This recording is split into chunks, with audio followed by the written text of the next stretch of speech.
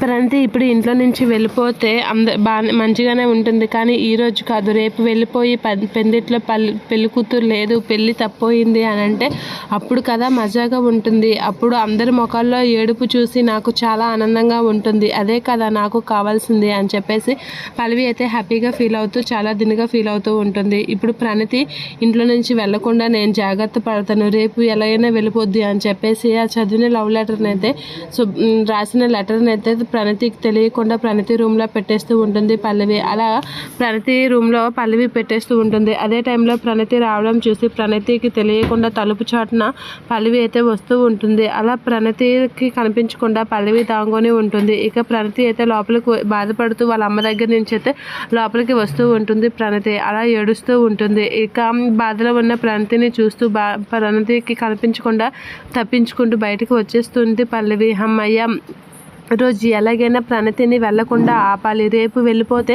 పెందిట్లో ప్రణతి లేదని తెలిసి పెళ్లి కూతురు లేదని తెలిసి పెళ్ళి ఆగిపోతుంది. ఆ నేరం ఎలాగో అవని ఇంటికి వస్తుంది కాబట్టి ఆ నేరం అవని మీదకి తోసేయవచ్చు అనేది అనుకుంటూ ఉంటుంది. ఇక ప్రణతి అయితే ఈ టైంలో అందరూ పడుకుడిపోతారు అని చెప్పేసి లెగిసి బయటికి వస్తూ ఉంటుంది. అలా బ్యాగ్ పట్టుకుని బయటికి వస్తున్నప్పుడు పల్లవి అయితే బయటన ఫ్లవర్ డెకరేట్ చేస్తూ ఉంటుంది. ఇప్పుడేంటి పల్లవి వదిన ఇక్కడ ఉంది అని చెప్పేసి అయితే చూసి షాక్ అవుతూ ఉంటుంది ప్రణతి.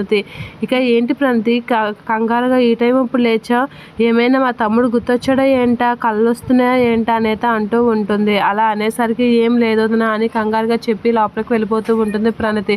నువ్వు ఎందుకు వచ్చావో నాకు తెలియదా, నిన్ను బయటికి వెళ్లకుండా ఆపడమే నా పని, ఈరోజు నిన్నల్లా ఆపేసి రేపు నువ్వు వెళ్ళిపోతే అప్పుడు కదా బాగుంటుంది అని చెప్పేసి పల్లవి అయితే మనసులో చాలా హ్యాపీగా ఫీల్ అవుతూ ఉంటుంది ప్రణతి విషయంలో.